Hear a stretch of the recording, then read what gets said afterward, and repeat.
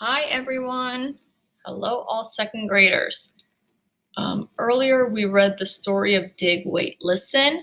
Now today we're going to do our last story. It is called, I'm still strolling, the Sonoran Desert. And as you can see from the story, does the story look real or fake?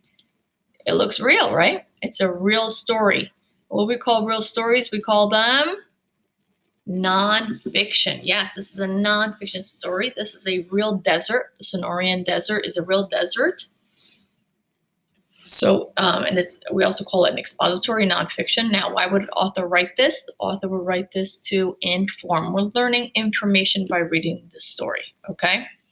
Part of this desert is huge. It's part of California, Arizona, and Mexico, the Sonoran Desert. It's really, really big. All right. So let's start. It's called the Sonoran Desert. The Sonoran Desert is a dry area in the American Southwest. It covers about 100,000 square miles in parts of California, Arizona, and Mexico. Some parts of the Sonoran Desert may not have rain for 1 or 2 years. Other parts have sudden summer rainstorms more frequently. Summer in the Sonoran Desert is very, very hot. The temperature is often more than 100 degrees during the day. Even in the winter, the temperature is usually above freezing. Desert plants and animals have adapted to life in the desert. They have special ways to survive with very little water and in very hot weather. Now the plants. The Sonoran Desert has many different kinds of cactus plants. Cactus plants can live a long time without rain. Cactus plants store water in their thick stems. They also have thick, waxy leaves that help keep in water. Cactus roots grow close to the top of the ground. When it does rain, the roots can soak up the water very quickly. And as you're reading, we're going through the words temperature, adapted, and nocturnal. So here's a little chart of the Sonoran Desert animals.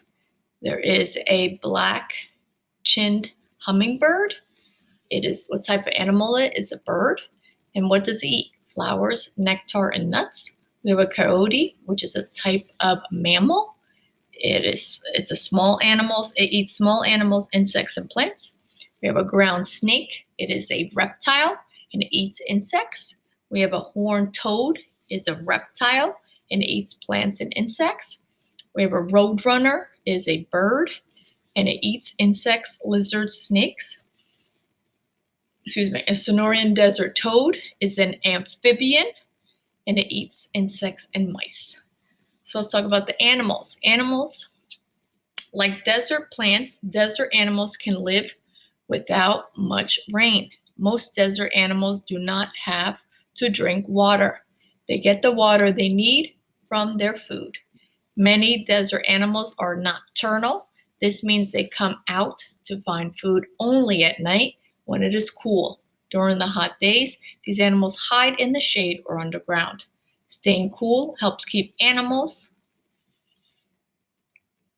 keep water in their bodies. Now here's some questions for you to think of. Which desert animals eat insects? So you would look at the chart and you'd see which ones eat insects, which I would say coyote, the ground snake, horned toad, roadrunner, and the Sonoran desert toad. And think about this encyclopedia article and dig, wait, listen. How is the space-foot toad like the other animals in the Sonoran desert? Now, in the encyclopedia, we really don't see encyclopedias much because the encyclopedia used to be what before we had internet. It was the books with all nonfiction information. Okay, so this is like an encyclopedia entry. So you're comparing this story to the story that I read earlier to you, which is a dig, wait, listen. And as you can tell, this story is real. It is nonfiction. It's about real animals and real plants that live there. The wait, dig,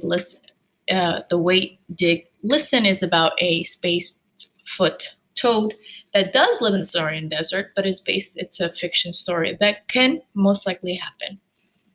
I hope you enjoyed the story because I did too when I learned something about the Sonoran Desert. Have a great day.